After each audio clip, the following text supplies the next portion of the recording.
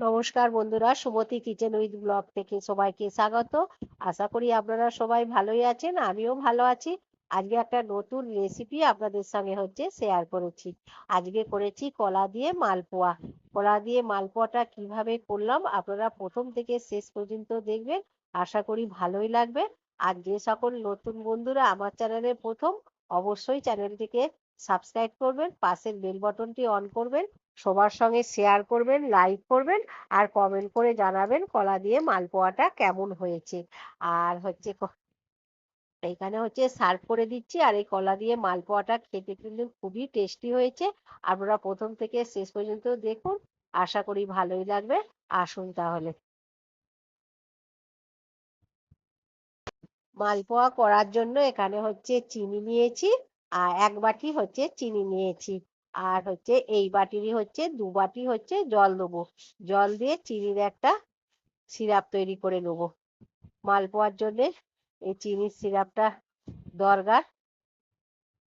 2 বাটি জল দিয়ে দিলাম। এবার চিনিটাকে ভালো করে ফুটিয়ে নিচ্ছি।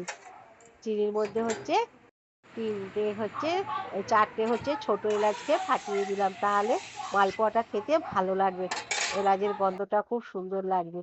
আর চিনির রসটা ফুটছে। এখানে 2টো কলা নিয়েছি, কাঁঠালি কলা নিয়েছি।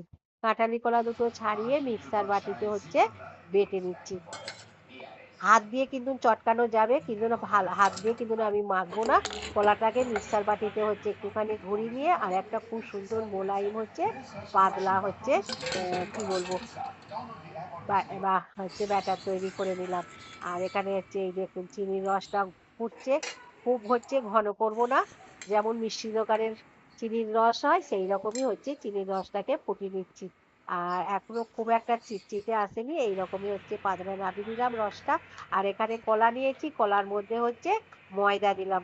আপনারা আটা দিয়েও করতে পারেন, আমি ময়দা দিয়েছি। আর স্বাদ মতন অল্প লবণ দিলাম, তাহলে টেস্টটা হবে।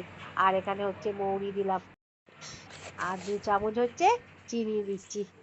এতে বেশি কিন্তু চিনি দিয়ে আমি মাখবো না। আর নারকেলকে ছোট ছোট করে, খুব ছোট ছোট করে কুচি দিয়েছি। এবার একটা ব্যাটার তৈরি করে নেবো।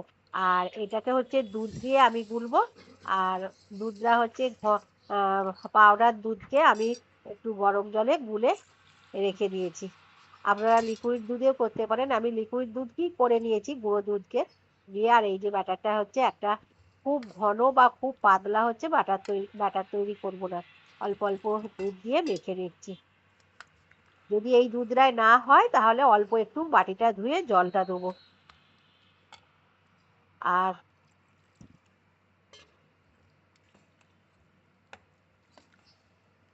কলা ছাড়াও কিন্তু মালপোয়া ভালো হয়। আমি কলা দিয়ে করব, কলা দিয়ে করলেও টেস্ট হয়। সেই জন্য কলা দিয়ে করে আপনাদের সঙ্গে শেয়ার করছি। আর রথের সময় এই মালপোয়াটা কিন্তু খুবই ভালো লাগবে। একটা ঘন হয়ে গেছে। আর একটু দুধ বা জল দিতে লাগবে। আর অল্প একটুখানি দুধ ছিল, দিয়ে দিলাম। আমি দুধ দিয়ে মালপোয়ার ব্যাটারটা তৈরি করলাম। আপনারা যদি জল দিয়ে গুলতেও পারেন, কিন্তু দুধের একটা টেস্ট আছে আর জলের একটা টেস্ট আছে, দুটো আলাদা টেস্ট লাগবে।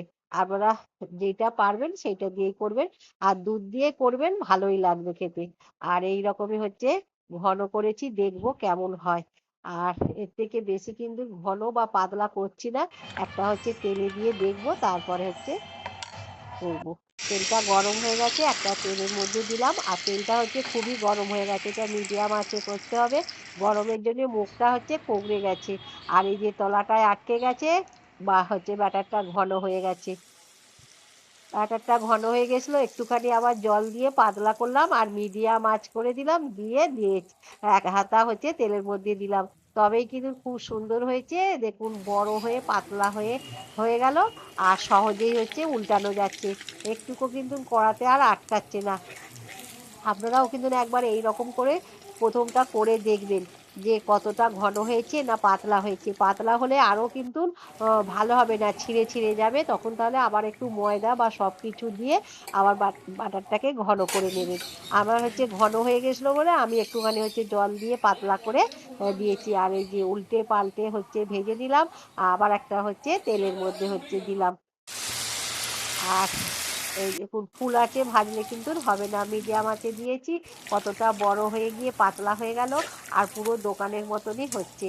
আর এই ধারগুলোই কিন্তু হচ্ছে পুরো দোকানে যেমন মালপোয়াগুলো লাল হয়, এই যে ধারগুলো লাল হয়ে গেছে আর মাঝখানটায় একটু সাদা ভাব আছে। এই আমি ঠিক ওই রকম ভাবেই মালপোয়াগুলো ভেজে নিচ্ছি। আর একটা দিয়েছি, দিয়ে উল্টে পাল্টে মালপোয়াগুলো ভেজে নিচ্ছি। আশা করি আপনারা প্রথম থেকে শেষ পর্যন্ত দেখবেন কিভাবে হচ্ছে আমি কলা দিয়ে আজকে মালপোয়াটা করলাম। আর এই রথের সময়তে মালপোয়াটা কিন্তু খুবই ভালো লাগবে। এটাই আজকে আপনাদের সঙ্গে শেয়ার করলাম, রথের সময় কলা দিয়ে মালপোয়া ভেজে শেয়ার করলাম। ভাজা হয়ে গেল, সব মালপোয়াগুলোই আমি হচ্ছে ভেজে নিয়েছি। আর কিছুটা খারাপ হয়ে গেছে ঘন বাটারের জন্য, এবার হচ্ছে তুলে নিলাম। এইটা হয়ে গেল। কতগুলো হয়েছে দেখুন, পাতলা করতে অনেকটাই হয়েছে, অনেকগুলো। এই দেখুন কতগুলো হয়েছে, অনেকগুলোই হয়েছে। আর মালপোয়াগুলো গরম আছে। এবার চিনির যে রসটা করে রেখেছিলাম ওই রসের মধ্যে হচ্ছে ডুবিয়ে দেবো। এখানে হচ্ছে চিনির রসটা করেছি, আর চিনির রসটা হচ্ছে এখনো হালকা গরম আছে, আর মালপোয়াগুলো ভেজেছি গরম আছে। রসের মধ্যে হচ্ছে ডুবিয়ে দিচ্ছি। 2 মিনিট করে রাখবো, বেশিক্ষণ রাখবো না। আর রসেতে আমি হচ্ছে ছোট এলাচ দিয়েছি, আপনারা যে কোনো এসেন্স দিতে পারেন বা ফুড রেড কালারও দিতে পারেন, তাহলে মালপোয়াগুলো লাল হবে। আমি হচ্ছে রেড কালার আর দিইনি, আমি হচ্ছে এলাচ দিয়েই করছি। আপনাদের যেটা পছন্দ আপনারা সেইটা দিয়ে করবেন, ভালোই লাগবে। আর মালপোয়াগুলো একটুখানি রাখার পরে উল্টে পাল্টে দিচ্ছি, তাহলে মালপোয়ার মধ্যে রসটা ভালোভাবে হচ্ছে লেগে যাবে, খেতেও তাহলে ভালো লাগবে। আর বেশিক্ষণ কিন্তু রসে রাখবো না। এই দেখুন উল্টে দিলাম, উল্টে দিয়ে এবার এইগুলোকে হচ্ছে আমি হচ্ছে তুলে নিচ্ছি। আর যে বাদ বাকি মালপোয়াগুলো আছে সেইগুলোকে এইরকম ভাবে রসের মধ্যে দিয়ে দেবো। তুলে নিলাম। বাকি মালপোয়াগুলো আবার চিনির রসের মধ্যে হচ্ছে দিয়েছি।